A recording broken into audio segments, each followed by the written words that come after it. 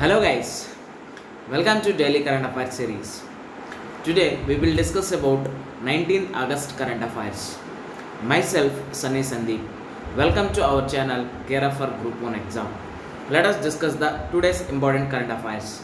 That is August 19th we will celebrate as a World Humanitarian Day.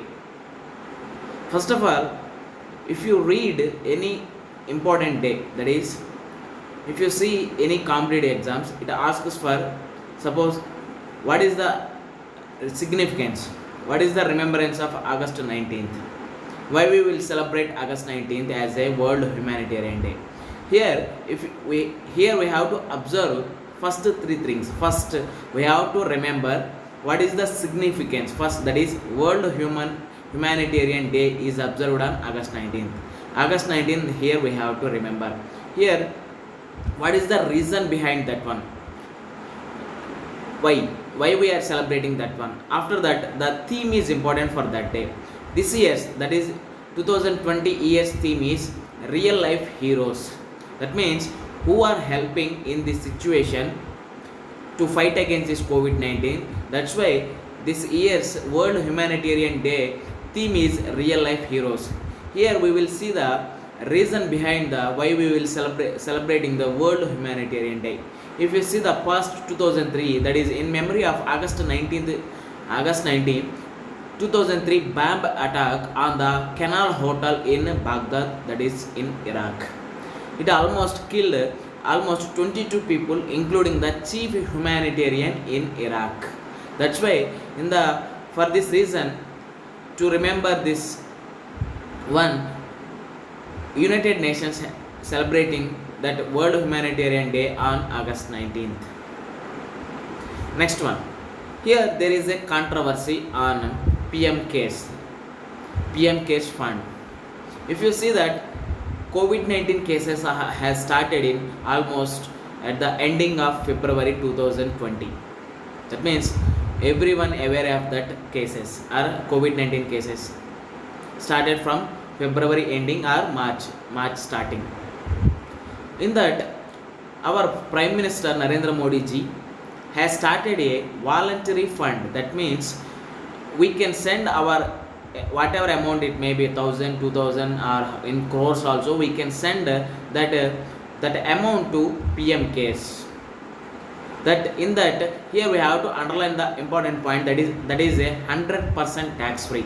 Suppose I have sent a 1,000 rupees to the PM Case, that means it won't attract any tax. That's why if you see that there is a controversy on PM Case, that is opposition parties alleging that PM Case is a fund of Narendra Modi, that fund is misutilizing. Here there is a judgment given by three bench judgment given by Supreme Court, that is no need to audit PM Case. Here there are some characteristics or some postulates given by that judgment, that is PM Case fund is a public charitable trust. Funds are voluntary given. That's why if you see that these funds are given by voluntarily. That's why this PM Case is a public charitable trust. Here there is no occasion to direct the transfer of PM Case funds to NDRF. That means National Disaster Relief Fund is there. Here if you compare with these two funds, that means PM Case Fund and National Disaster Relief Fund, these are two different separate entities. Here if you suppose PM Case is particularly are restricted to only COVID-19. Here if you see in NDRF, that is it is related to disasters like floods, any earthquakes or any cyclones or any disaster, natural disasters, it will come under the NDRF. But if you see in PM Case, that is only related to COVID-19 in this present situation only. That's why there are these two are different entities. That's why there is no occasion to direct the transfer of PM Care funds to NDRF. The third one, that is donors can also contribute to the National Disaster Fund. Apart from this PM Case, we can contribute our our money to NDRF also, that is National Disaster Response Fund, not Relief Fund, sorry for that, National Disaster Response Fund. Here there is a highest authority, that is Controller and Auditor General of India, that is CAG. It will audit the all of the expenses. It will audit the financial institutions. It will audit the some trusts, like not PM case. It will audit some financial institutions. That's why if you see in this case, no need to audit no need for CAG audit, that is Controller and Auditor General of India. Here no need for a fresh national disaster management plan to combat COVID-19. That's why it is in the also it's already in a part of COVID-19 management plan. No reason to lay down new minimum standards of relief for COVID-19. Existing guidelines under section 12 of for minimum standards hold good. That means here finally Supreme Court is telling that no need to audit PM case fund, no reason to lay down a new minimum standards. Why? Because existing guidelines under section 12 of for minimum standards are hold good. Here no need to transfer of from funds from PM case to NDRF also. Next one, IIR, that is ARIIA, that is 2020 Atal Rankings of Institutions on Innovation Achievements, that is released by our Vice President Venkaiah Naidu ji. Atal Ranking of Institutions on Innovation Achievements. Here it will be broadly evaluated based on 7 parameters. What are they? These include budget and funding support, infrastructure and facilities, awareness, promotions, and support for idea generation and innovation. These are the 7 parameters evaluated by ARIIA, that is Atal Rankings of Institutions on 7 achievements. If you see that there is a IIT Madras got the first place for the national importance, institutions for national importance. Here Institute of Chemical Technology, that is located in Mumbai, it got the government universities. After that College of Engineering Pune, it got the government or aided colleges. Here next one, Kalinga Institute of Technology, that is located in Bhubaneswar, it got the self-financed or private one or university. If you see that SR Engineering College, that is located in Warangal in Telangana, it got the self-financed or private partnerships. Here first of all we have to understand why we have to understand this Atal Ranking of Institutions on Innovation Achievements. That means these institutions, if you see that IIT Madras, Institute of Chemical Technology in Mumbai, College of Engineering Pune in Pune, Kalinga Institute of Industrial Technology in Bhubaneswar, SR College of, it excel in different issues or different parameters like funding support, infrastructure and facilities, awareness, promotions, and support for idea generation and innovation. That's why our Prime Minister, our Vice President has released the rankings of IRAA 2020.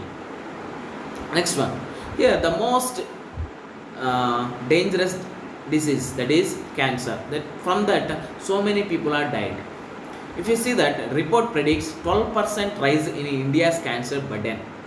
Why? Because if there is a report that is by National Cancer Register Program Report 2020.